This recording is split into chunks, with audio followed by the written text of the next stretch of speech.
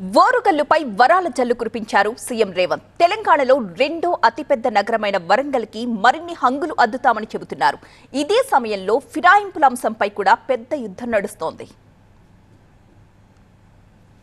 జనగామ జిల్లా స్టేషన్ ఘన్పూర్లో పర్యటించిన సీఎం రేవంత్ 800 కోట్ల అభివృద్ధి పనులకు శంకుస్థాపన చేశారు. Young India integrated residential school, ఘన్పూర్లో 100 పడకల ఆసుపత్రి, డిగ్రీ కాలేజ్తో పాటు దేవాదుల ఎత్తిపోతల పథకం, ఫేజ్ 2 పనులకు నిధులు విడుదల చేశారు. పార్లమెంట్ ఎన్నికల్లో ఇచ్చిన మాట ప్రకారం ఎయిర్పోర్టును తానే సాధించానంటున్నారు సీఎం రేవంత్.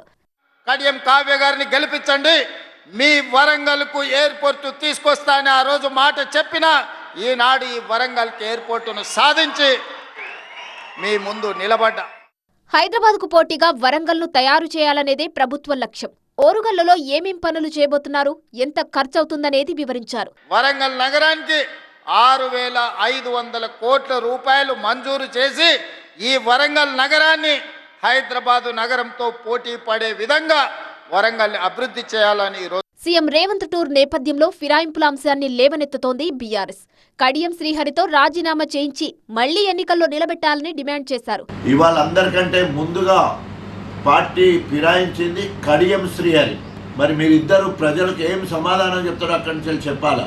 కడియంలో రాజీనామా చేస్తావా లేదా ప్రజలకు క్షమాపణ చెప్తావా తేల్చుకోవాల్సిందని డిమాండ్ చేస్తా ఉన్నాం. రేవంత్ పిలుపు మేరకే కాంగ్రెస్లోకి వెళ్లానంటున్నారు కడియం శ్రీహరి.